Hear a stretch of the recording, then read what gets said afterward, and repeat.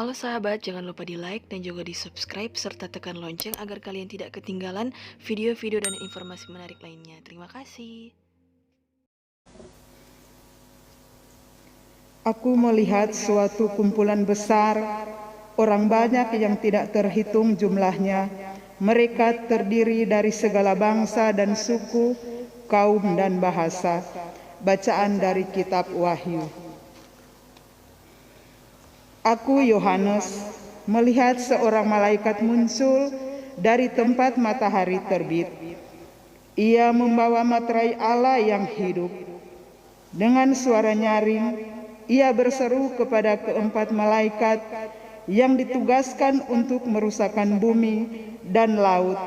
Katanya, "Janganlah merusakkan bumi atau laut atau pohon-pohon sebelum kami memateraikan hamba-hamba Allah kami pada dahi mereka."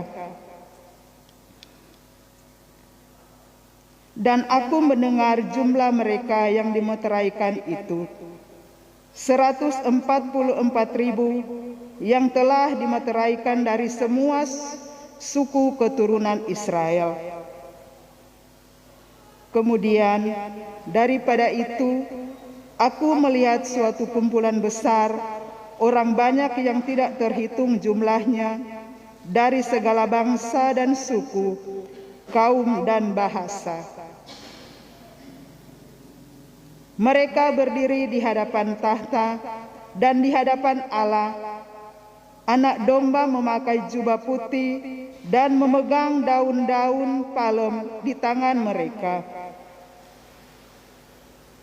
Dengan suara nyaring mereka berseru, "Keselamatan bagi Allah kami yang duduk di atas tahta dan bagi anak domba."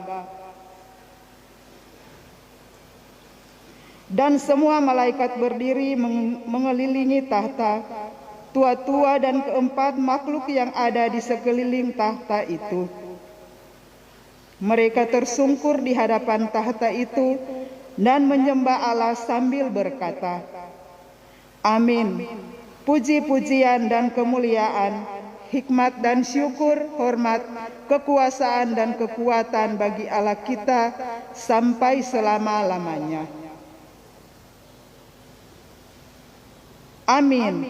Seorang dari antara tua-tua itu berkata kepadaku, "Siapakah mereka yang memakai jubah putih itu dan dari manakah mereka datang?"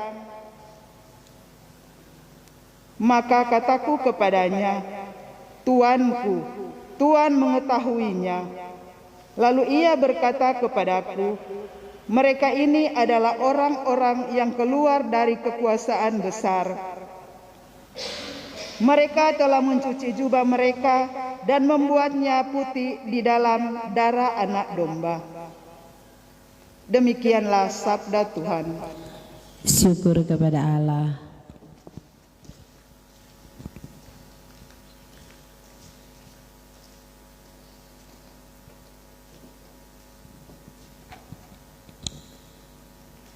Mazmur tanggapan dengan refren puji syukur 801.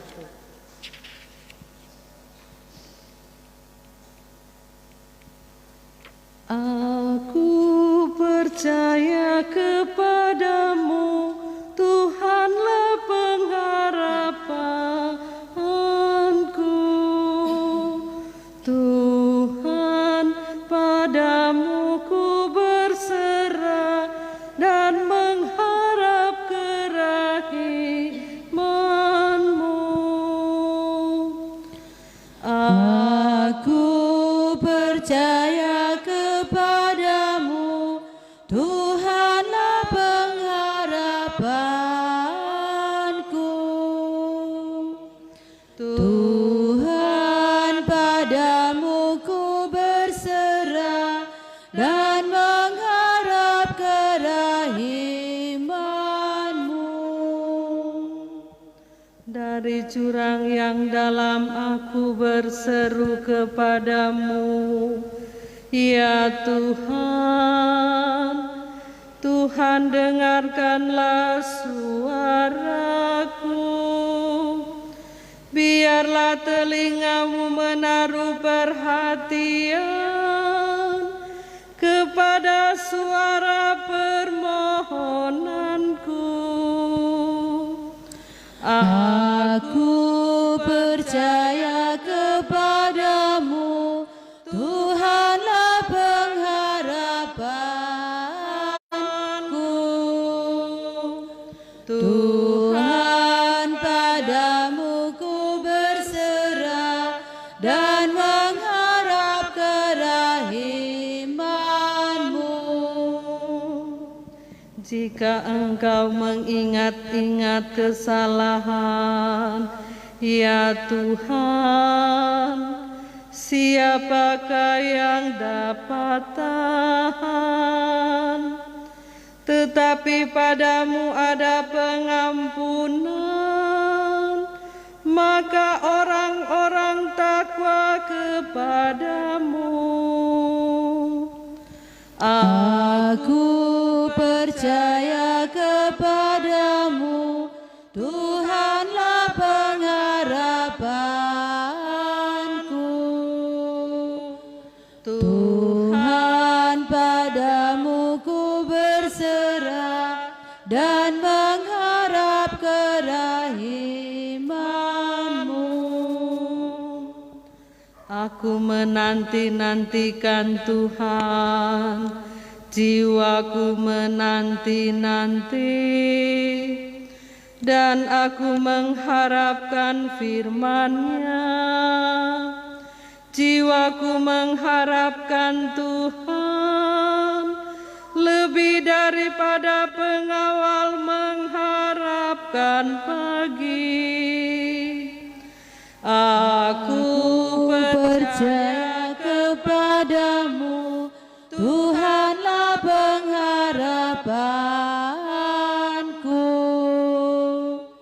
Tuhan, padamu ku berserah dan mengharap kerahiman-Mu.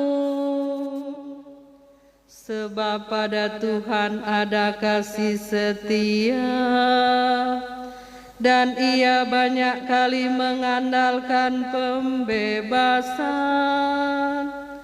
Dialah yang akan membebaskan Israel dari segala kesalahannya.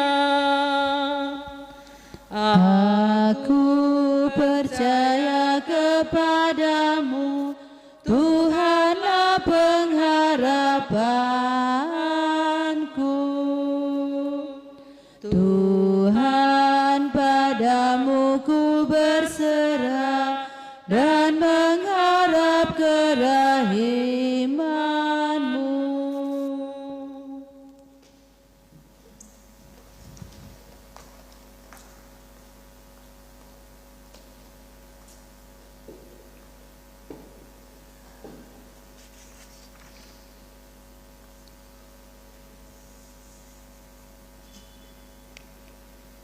Kita akan melihat Kristus dalam keadaannya yang sebenarnya. Bacaan dari surat pertama Rasul Yohanes. Saudara-saudara terkasih, lihatlah betapa besar kasih yang dikaruniakan Bapa kepada kita, sehingga kita disebut anak-anak Allah, dan memang kita sungguh anak-anak Allah.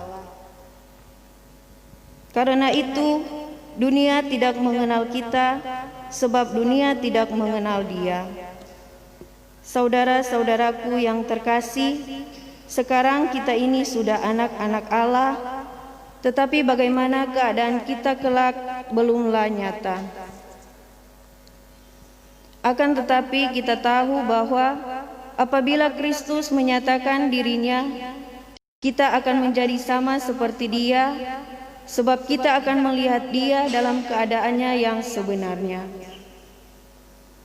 Setiap orang yang menaruh pengharapan itu kepadanya, ia menyucikan diri sama seperti Dia yang adalah suci. Demikianlah sabda Tuhan. Syukur kepada Allah.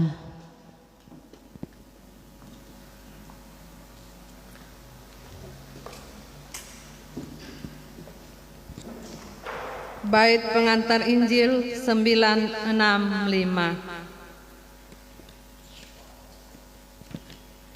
Terpujilah Kristus Tuhan, Raja mulia dan kekal. Terpujilah Kristus Tuhan, Raja mulia dan kekal. Akulah yang memberi hidup dan membangkitkan orang mati.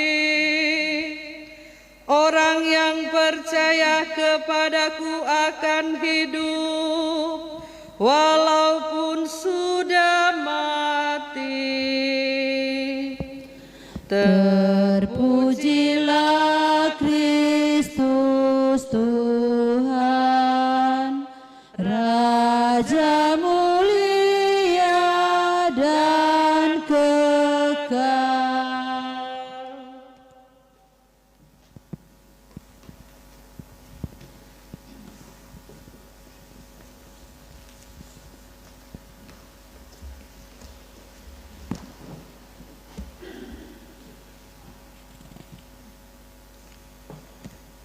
Tuhan sertamu Dan sertamu juga.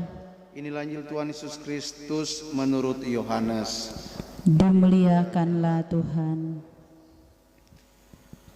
Dalam rumah ibadat di Kapernaum, Yesus berkata kepada orang banyak, "Semua yang diberikan Bapa kepadaku akan datang kepadaku, dan siapa saja yang datang kepadaku, ia tidak akan aku buang. Sebab aku telah turun dari surga bukan untuk melakukan kehendakku, melainkan kehendak Dia yang telah mengutus aku. Inilah kehendak Dia yang telah mengutus aku, yaitu supaya dari semua yang telah diberikannya kepadaku jangan ada yang hilang, tetapi supaya aku bangkitkan pada akhir zaman. Sebab inilah kehendak Bapa-Ku, yaitu supaya setiap orang yang melihat Putra dan percaya kepadanya memperoleh hidup yang kekal, dan supaya aku membangkitkannya pada akhir zaman." Demikianlah Injil Tuhan. Terpujilah Kristus.